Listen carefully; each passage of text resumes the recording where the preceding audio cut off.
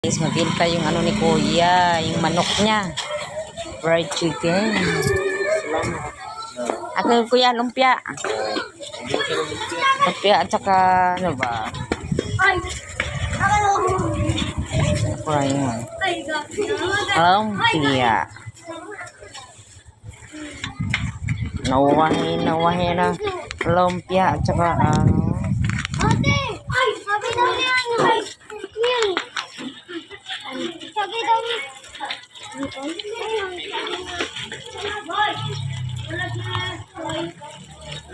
lumpia.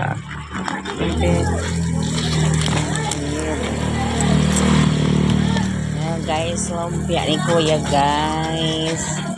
Naka-ready na siya. Oh, lumpia at saka fried chicken. Ano pangalan ng lumpia Kuya? Shanghai manok. Shanghai manok, oh. So, yan, harap. Basta paminta talaga. Pag masarap kasi Kuya, mabinta yan eh. Oh, ano ko? Ano ko? Masarap talaga yung lumpia ni Kuya eh. Tikman ko nga yung ano niya. Niloto niyang Shanghai lumpia with chicken. Basta masarap nga daw magluto daw. Masarap daw magmahal. Ganun kayo mabibinta. Kaya namin bumabili. Oo, ganun niya nga yan. Oo, tingnan mo. Oo. Maano yan, mabinta yung ano mo talaga. Tapos lagi naka-smile. Yan, lagi naka-smile. Mabinta talaga. Ah? Oo, kasi ano yan, yung mga tao ba, parang napitindit ang surte nga tawag nun ba? Yung nakasmile. Kapag nakasimangot kasi, ang mga tao parang nagdarong isip lalapit. Huwag naka-smile, parang pa ito masiyahin ito nagluluto ah.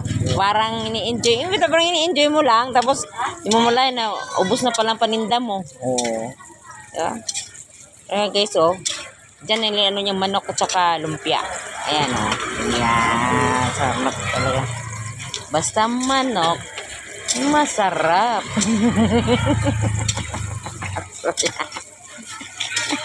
Sarap yung paninda niya eh.